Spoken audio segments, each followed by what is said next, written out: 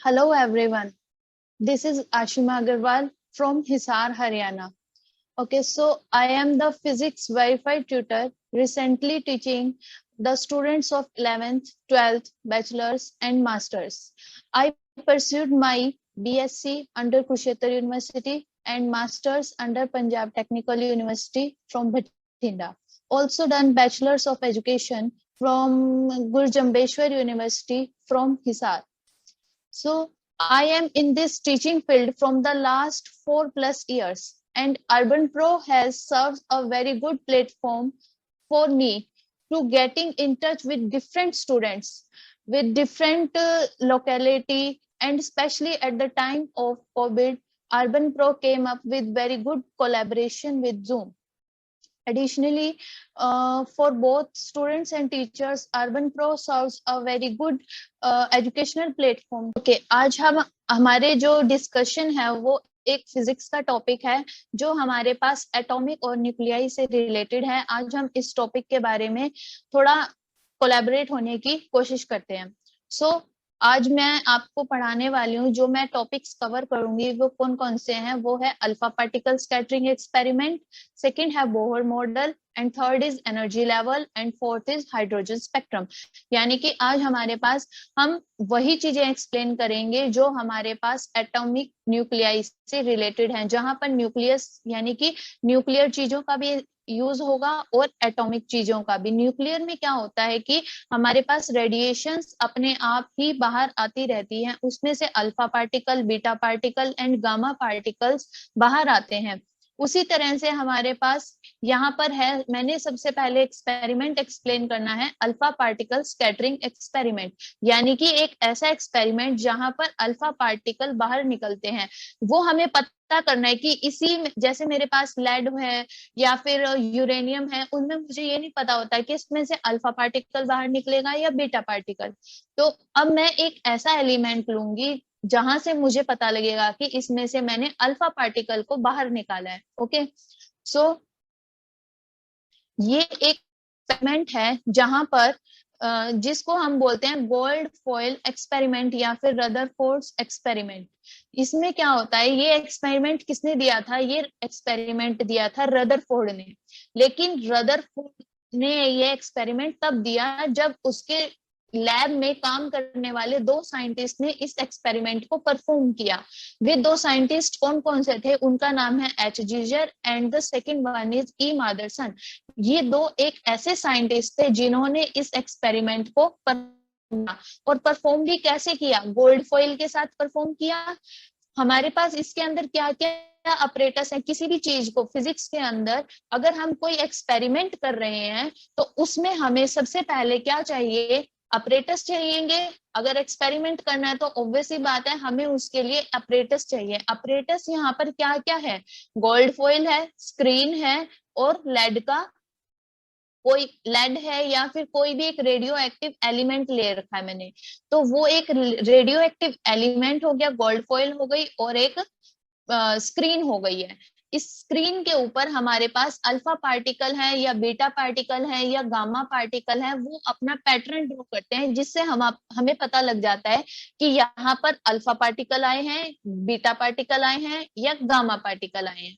Okay, सो इस experiment में हमने क्या किया, यहाँ पर हमने लिया है एक वैक्यूम चैम्बर ले रखा है। पूरा का पूरा ये वैक्यूम चैम्बर है। इस चैम्बर के अंदर हमारे पास ये एक रेडियो एक्टिव एलिमेंट है, यहाँ से हमारे पास रेडिएशंस निकल रही है। वी नो दैट कि जो रेडियो एक्टिव एलिमेंट्स होते हैं वे स्लोली डिके होते रहते हैं। continuously decaying process is known as radioactive element। Radioactive element की हाफ लाइफ पीरियड भी होती है, तभी होती है ना क्योंकि वो सब्सटेंस धीरे धीरे धीरे धीरे कम होता रहता है। सिमिलरली यहाँ पर हमने एक ऐसा रेडियो एक्टिव एलिमेंट लिया है जहां से रेज निकल रही हैं। अब वो रेज अल्फा पार्टिकल की है, बीटा की है या गामा की है।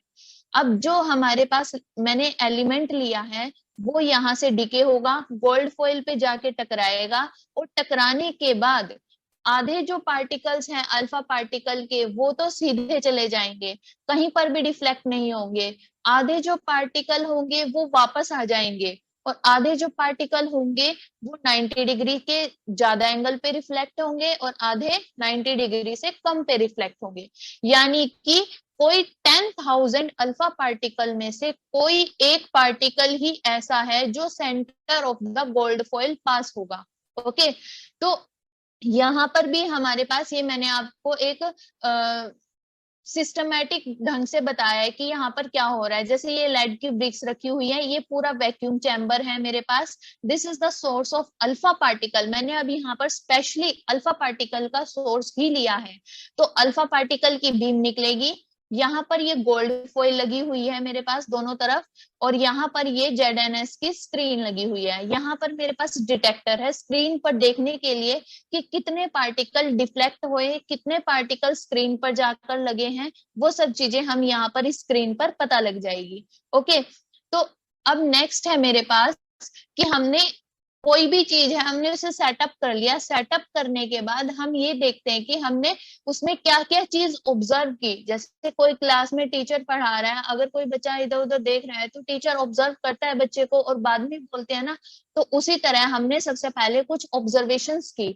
Like they directed a beam of, जो हमने बीम डाली थी, ये जो मेरे पास बीम है, ये वाली जो बीम है, ये बीम कितनी है 5.5 मेगा इलेक्ट्रॉन वोल्ट की बीम है मेरे पास अल्फा पार्टिकल की। ओके, और ये जो मेरे पास क्या है, एक रेडियो एक्टिव सोर्स है। ओके, थिन मेटेलिक फॉइल ली है मैंने। फॉइल भी किस चीज की ली है, गोल्ड फॉइल ली है। मैंने आपको बताया एक गोल्ड फॉइल ली थी, एक स्क्रीन ली थी और अल्फा पार्टिकल ली है। ओके, सेकंड मैंने क्या लिया है, जो गोल्ड फॉइल ली है उसकी थिकनेस बता रही हूँ मैं कितनी है। उसकी थिकनेस है 2.1 इंटू 10 की पावर -7 मीटर, यानी कि बहुत ही नैनो साइज तक पहुंचने में थोड़ी सी कमी रह गई। नैनो की ही हमारे पास एक गोल्ड फॉइल है। थर्ड मेरे पास क्या है, स्क्रीन थी। तो स्क्रीन में क्या है, the scattered alpha particles were observe through a rotatable detector. वो जो हमने डिटेक्टर लगा रखा था हमारे यहाँ पर, ये वाला डिटेक्टर माइक्रोस्कोप का, तो ये वाला जो डिटेक्टर है ये रोटेट करता रहता है पूरी स्क्रीन के ऊपर इस तरह से। ओके, तो ये जो स्क्रीन है ये किसकी है, जिंक सल्फाइड यानी कि ZNS की स्क्रीन है। और इसके साथ क्या लगा है, एक माइक्रोस्कोप लगा है। Okay, the scattered alpha particle on striking the screen. अब जितने भी अल्फा पार्टिकल गोल्ड फॉइल को क्रॉस करके स्कैटर हुए हैं वो स्क्रीन पर स्ट्राइक करेंगे और वहां से एक लाइट फ्लैश होगी। Okay, these flashes may be viewed through a microscope। हम इन फ्लैशेस को किसी भी माइक्रोस्कोप से देख सकते हैं, या नंबर ऑफ स्कैटर्ड पार्टिकल भी हम इसे काउंट कर सकते हैं। और इससे हम एक और चीज फाइंड कर सकते हैं, वो क्या है, एंगल ऑफ स्कैटरिंग। हम यहाँ से एंगल ऑफ स्कैटरिंग फाइंड करेंगे कि कितने एंगल पर वो पार्टिकल स्कैटर हुआ, अल्फा पार्टिकल कितने एंगल पर स्कैटर हुआ। ओके, अब ये तो सब मेरी क्या थी, जो जो चीजें मैंने ली, अपरेटस लिया, उन सब के बारे में थोड़ी सी इंट्रोडक्शन। अब है मैंने ऑब्जर्वेशन क्या क्या की। मैंने ऑब्जर्व किया कि most of the fast moving alpha particle, जितने भी अल्फा पार्टिकल थे मोस्टली वो सभी के सभी स्ट्रेटली फॉरवर्ड पास हो गए। वो कहीं भी डिफ्लेक्ट नहीं हुए, ना वो सेंटर से गए, वो गए और स्ट्राइक हुए और पास हो गए, गए सीधे बाहर आ गए। Some of the alpha particles by the foil by small angles, कुछ स्मॉल डिफ्लेक्ट हो गए, कुछ लार्ज एंगल पर डिफ्लेक्ट हो गए और कुछ स्ट्रेट ही पास हो गए। Surprisingly 1 out of every 12,000 alpha particles appear to be rebound। अब हमें ये जानकर भी बहुत ज्यादा हैरानी होगी कि 12,000 अल्फा पार्टिकल रीबाउंड हो जाते हैं। 12,000 में से कोई एक ही पार्टिकल ऐसा है जो वापस आता है। कुछ होता है ना, जैसे अल्फा पार्टिकल, कोई चीज हम किसी को देते हैं तो पास वापस आती है। अब अगर रेडियो एक्टिव एलिमेंट में से 12,000 अल्फा पार्टिकल बाहर निकल रहे हैं तो मेरे पास सिर्फ एक ही वापस आएगा, बाकी तो इधर उधर डिफ्लेक्ट हो जाएंगे। ओके, अब है मेरे पास कि कंक्लूजन क्या आएगा अल्फा पार्टिकल का, कि अल्फा पार्टिकल क्या है, most of the space inside the atom is empty. कैसा होता है ये क्या नाम है हमारे पास, स्पेस कैसा है इसके अंदर, जो गोल्ड फॉइल का है इस टाइप से गोल्ड फॉइल है और यहाँ से ये इसका न्यूक्लियस है, और सिर्फ पार्टिकल क्या करेगा, इसमें से कोई भी पार्टिकल, कोई एक रेयर ही पास होगा, अदरवाइज कोई ऐसे पास हो जाते हैं, कोई इस तरह से पास हो गए वापस, सिर्फ 12,000 में से कोई एक ही वापस आया है। तो इसने कहा है कि बाकी स्पेस ये एम्प्टी है बाकी। तो most of the space inside the atom is empty because most of the alpha particle passes through the gold foil without getting deflected, क्योंकि वो डिफ्लेक्ट ही नहीं हुए। अब जैसे ये है, ये देखो मेरे पास, मान लो कि मैंने एक अल्फा पार्टिकल की शेप ड्रॉ की है। अब इसके अंदर क्या होगा, मेरे पास बहुत सारे ऐसे पार्टिकल्स हैं जो अनडिफ्लेक्ट किए ही, जैसे ये है ऊपर से सीधा चला गया, यहाँ से भी सीधा चला गया, बिना डिफ्लेक्ट हुए ही चले गए, क्योंकि सारा स्पेस खाली है। सिर्फ और सिर्फ पार्टिकल का जो न्यूक्लियस है वो कितना है, इतना सा, इसमें से कितना ही पार्टिकल बाहर जाएगा, कितने ही रेज उसमें से क्रॉस करेंगी। Okay, so very few particles were deflected from there path, बहुत ही कम ऐसा पार्टिकल होगा जो डिफ्लेक्ट करेगा पाथ से, यहाँ पर जाने के बाद बहुत ही कम होगा जो वापस आएगा। Okay, indicating that positive charge of an atom occupy very little space. अब ये तो पता लग गया कि ये न्यूक्लियस है। अब न्यूक्लियस में कौन सा चार्ज है, पॉजिटिव चार्ज। इसने यही कहा है कि न्यूक्लियस में पॉजिटिव चार्ज होता है। अ very small fraction of alpha particle, अब ये भी अल्फा पार्टिकल पे भी पॉजिटिव चार्ज है और न्यूक्लियस में भी पॉजिटिव चार्ज है। तो जब दो पॉजिटिव सेम चार्जेस आपस में क्या करते हैं, रिपेल करते हैं, और अपोजिट चार्जेस क्या करते हैं, एक दूसरे को अट्रैक्ट करते हैं। सिमिलरली अल्फा पार्टिकल अगर न्यूक्लियस के पास जाएगा तो ये रिफ्लेक्ट करेगा इसको, और ये तभी अनबाउंड होकर वापस आएगा मेरे पास। Okay, a very small fraction of alpha particles were deflected by a large angle, बहुत स्मॉल एंगल, कुछ पार्टिकल ऐसे हैं अल्फा पार्टिकल्स जो लार्ज एंगल पर डिफ्लेक्ट हो गए। और वो क्यों डिफ्लेक्ट हुए, क्योंकि सेंटर में भी पॉजिटिव चार्ज है और जो अल्फा पार्टिकल है उस पर भी हमारा पॉजिटिव चार्ज है। ओके, सो ये सब चीजें हमने पढ़ ली, लेकिन अब हमें ये नहीं पता कि who is Ernest Rutherford. Rutherford कौन था, एक साइंटिस्ट था। इसने क्या, बॉर्न मंथ था इनका 1871 से 1937 तक इन्होंने काम किया। ओके, इन्होंने क्या क्या किया, न्यूक्लियस थ्योरी दी 1910 में, alpha particle gold foil experiment, जो ये मैंने अभी आपको एक्सपेरिमेंट बताया ये 1910 के अंदर इन्होंने परफॉर्म किया था। Okay, and atoms mass is mostly in the nucleus, ये बात भी इन्होंने ही बताई है कि न्यूक्लियस के अंदर ऑलमोस्ट एटम का पूरा मास कंसंट्रेटेड होता है। Nucleus has a positive charge, ये बात मोजले ने बताई थी जो इन्हीं के साथ काम करता था। And electrons in fixed orbit, ये बात इन्होंने कही थी कि इलेक्ट्रॉन्स की ऑर्बिट फिक्स है, लेकिन इन्होंने एक चीज कही थी कि जो इलेक्ट्रॉन्स हैं वो रिवॉल्व करते करते अपनी एनर्जी लूज करेंगे, और लूज करने के बाद वो न्यूक्लियस में आकर गिर जाएंगे। बट इस कमी को किसने दूर किया था, नील्स बोर ने दूर किया था, जिसका एक्सपेरिमेंट अब हम आगे पढ़ेंगे नील्स बोर के बारे में। Okay, so we go next topic which is Niels Bohr, Bohr model of an atom. तो मैं बोहर मॉडल के बारे में बता रही हूँ अब आपको कि बोहर मॉडल,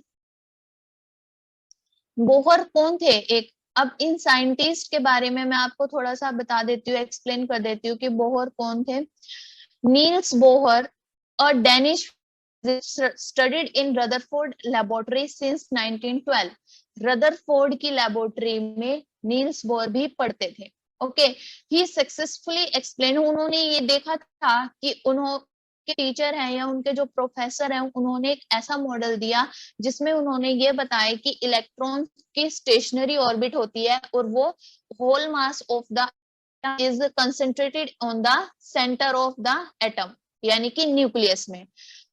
उन्होंने कुछ उसके अंदर मॉडिफिकेशंस की, कौन सी मॉडिफिकेशंस की, एक मॉडिफिकेशंस तो यही थी कि जो इलेक्ट्रॉन है वो कभी भी न्यूक्लियस में नहीं जाएगा। Okay, he successfully explained the spectrum of hydrogen atom, दूसरी इनकी सक्सेसफुल थ्योरी थी हाइड्रोजन एटम की, and presented Bohr's atomic model. जिसके कारण उन्होंने एक बोहर का मॉडल भी दिया और सेकंड उन्होंने हाइड्रोजन स्पेक्ट्रा भी दिया। और उनको इस बात पर 1922 में नोबेल प्राइज भी अवार्ड किया गया था। ओके, सो नील्स बोहर की थ्योरी क्या थी, नील्स बोहर का मॉडल क्या था, इन्होंने क्या बताया था कि electrons revolve around the nucleus in definite energy levels. Niels Bohr ने कहा था कि जो इलेक्ट्रॉन है रिवॉल्व कर रहे हैं उनकी ये डेफिनेट एनर्जी लेवल्स है, जबकि रदरफोर्ड ने कहा था कि ऑर्बिट तो स्टेशनरी है बट इलेक्ट्रॉन्स की एनर्जी और जो इलेक्ट्रॉन्स है वो डेफिनेट ऑर्बिट में नहीं घूमेंगे। ओके, दोनों में डिफरेंस पता लग गया। Electrons revolve around the nucleus in definite energy levels called orbits और shells in an atom without radiating energy. Niels Bohr ने कहा था कि एनर्जी को वो रेडिएट नहीं करेंगे, जबकि रदरफोर्ड ने क्या कहा था कि वो एनर्जी को रेडिएट करेंगे। अगर किसी चीज में से हम धीरे धीरे एनर्जी निकाल देंगे, एक टाइम पे वो उसकी एनर्जी खत्म हो जाएगी तो वो गिर जाता है, तो वो गिरने के बाद एटम कहाँ जाएगा या जो इलेक्ट्रॉन है वो कहाँ जाएगा, वो कह रहा था न्यूक्लियस में जाएगा। रदरफोर्ड ने ये बात कही, बट नील्स बोर ने कहा कि वो अपनी एनर्जी को लूज नहीं करते। ओके, क्योंकि ये ऑर्बिट कैसे हैं, ये वाले ऑर्बिट हैं stationary orbits. as long as an electron remain in shell it never gain or loses energy। अब अगर ये मान लो मेरे पास एक इलेक्ट्रॉन है ये वाला, तो ये ना तो अपनी एनर्जी को गेन करेगा ना ही लूज करेगा। अब ये बात किसने कही थी, Bohr model of an atom में कही थी। ये बात बोहर ने कही थी कि जो इलेक्ट्रॉन है वो अपनी ना तो एनर्जी लेगा ना ही देगा, अनटिल जब तक मैं बाहर से कोई एनर्जी उसको दे ना दूं या बाहर से एनर्जी मैं उससे ले ना लूं, तब तक इलेक्ट्रॉन अपने ऑर्बिट के अंदर ही रहेगा। ओके, नेक्स्ट है third postulate of Bohr model, the gain और लॉस ऑफ एनर्जी। जो हमारे पास एनर्जी गेन होती है या लॉस होती है एनर्जी, वो इन्हीं ऑर्बिट्स के अंदर होती है। जैसे अगर जब तक मैं इसको बाहर से एनर्जी नहीं दूंगी तब तक वो इलेक्ट्रॉन ग्राउंड स्टेट पर ही रहेगा। मान लो कि मैंने इसे 10 इलेक्ट्रॉन वोल्ट की एनर्जी दी, तो ये अपने आप से तो एक्साइटेड स्टेट में जाएगा नहीं, जब तक मैं इसे बाहर से 5 की 1 की या 2 की एनर्जी नहीं दूंगी एक्स्ट्रा, तब तक वो अपनी पोजीशन नहीं चेंज करेगा। अब मैंने 5 + 5 इलेक्ट्रॉन वोल्ट की एनर्जी दी, तब वो ऊपर एक्साइटेड स्टेट में चला गया। अब एक टाइम ऐसा आएगा जब मान लो कि मैंने उससे एनर्जी लूज करवानी है, तो मैं बाहर से ही एनर्जी दूंगी कि वो लूज करे अपनी एनर्जी, तब वो -5 लूज करेगा, तभी तो वो ग्राउंड स्टेट पे आएगा।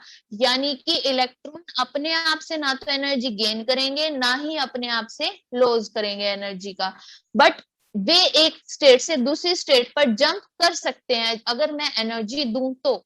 ओके, नील्स बोर के थ्री पोस्टुलेट्स हो गए clear. And the fourth one postulate is the angular momentum. यानी कि मोमेंटम का मतलब क्या होता है कि हमारे पास मास भी होगी और वेलोसिटी भी होगी। अब सर्कुलर चीजें हैं इसलिए मैंने एंगुलर मोमेंटम ले लिया, अगर मेरे पास सर्कुलर या लीनियर चीजें होती तो लीनियर मोमेंटम होता। Okay, so the angular momentum of an electron, किसी भी इलेक्ट्रॉन का जो एंगुलर मोमेंटम है वो किसके इक्वल होगा, nh/2π के। ये बात भी नील्स बोहर ने कही थी कि एंगुलर मोमेंटम यानी mv/r, ये हमारे पास एंगुलर मोमेंटम है, ये किसके बराबर होगा, nh/2π, इसके बराबर। ये रहा this one, mvr is equal to में nh/2π, इन्होंने ये बात कही थी। यानी कि integral multiple of the factor n क्या है हमारे पास, प्रिंसिपल क्वांटम नंबर, यानी कि n की वैल्यू वेरी करेगी 1 2 3 4 अप टू सो ऑन तक। Okay, here this is the diagram of the Bohr's model. Bohr's ने ऐसा मॉडल दिया था, प्रोटॉन, ये सेंटर में पिंक कलर है यानी कि यहाँ पर प्रोटॉन प्लस न्यूट्रॉन है, न्यूट्रॉन के अंदर कोई भी चार्ज नहीं होता, दैट्स व्हाई न्यूक्लियस के ऊपर कैसा चार्ज है, प्लस का चार्ज। अब these are the stationary orbits, this is the n = 1 for stationary orbit n equal to 2 second stationary orbit, n is equal to 3 and n is equal to 4. These are the stationary orbits. Okay, here the electron revolves around the nucleus. Like solar system में क्या होता है, सन हमारे पास fix होता है, all the planets revolve around the sun. Like that proton हमारे पास nucleus की तरह फिक्स है यहाँ पर, and all the electrons revolve around the nucleus. Okay, and the other name of these shells are K, L, M, N. Okay, these are the Niels Bohr model. Niels Bohr ने ऐसा model दिया था हमें जिसमें उन्होंने बताया कि firstly ये बताया कि all the atoms have a fix stationery orbit. सभी एटम इलेक्ट्रॉन्स का फिक्स्ड ऑर्बिट है, ना तो वो एनर्जी गेन करेगा ना ही अपने आप से एनर्जी लूज करेगा. यानी कि वो अपने ऑर्बिट्स तो चेंज कर सकता है बट अपने आप कुछ नहीं करेगा. Okay, and the fourth one is angular momentum is equal to the integral multiple of the factor h by 2 pi. Okay, these are the Rutherford model. So now here the next topic is hydrogen spectra. Niels Bohr ने एक हमारे को other topic दिया था which is hydrogen spectra. Hydrogen spectra में हमने क्या क्या किया है, these are the diagram of the hydrogen spectra. यहाँ पर this is the n is equal to 1 stationary orbit, n is equal to 2 stationary orbit, n is equal to 3 stationary orbit, and n is equal to 4, 5, 6, 7 up to infinity तक. हमें नहीं पता कि किसी भी atom के अंदर how much orbits are included. Okay, n is equal to 1 is the energy level of first excited state, या फिर हम बोल सकते हैं कि this is the ground state energy. Okay, हर लेवल की अपनी अपनी एनर्जी होती है. जैसे n is equal to 1 first level है, इसकी अपनी एनर्जी है. n is equal to 2 second level है, इसकी अपनी एनर्जी है. अब जो लेवल 1 है उसको हम क्या बोलेंगे, this is the ground state level. ये वाला जो लेवल है this is the ground state level.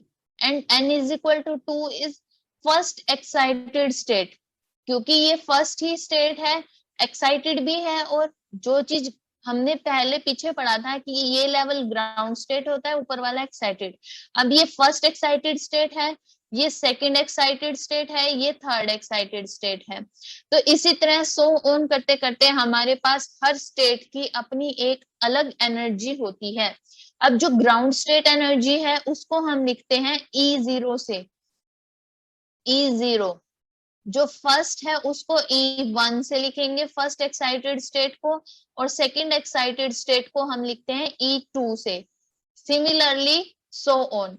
Okay, अब द एनर्जी लेवल सबकी अलग अलग है, वो एनर्जी हमने निकालनी है. वो एनर्जी निकालने के लिए उसका अपना पर्टिकुलर फॉर्मूला होता है, बट उससे पहले हाइड्रोजन स्पेक्ट्रा के हर सीरीज के अंदर कितने कितने इलेक्ट्रॉन्स वहां से वापस आएंगे ये मैं आपको एक नेक्स्ट फॉर्मूले के अकॉर्डिंग बताऊंगी. Okay, so we will move on next slide which is Rydberg equation.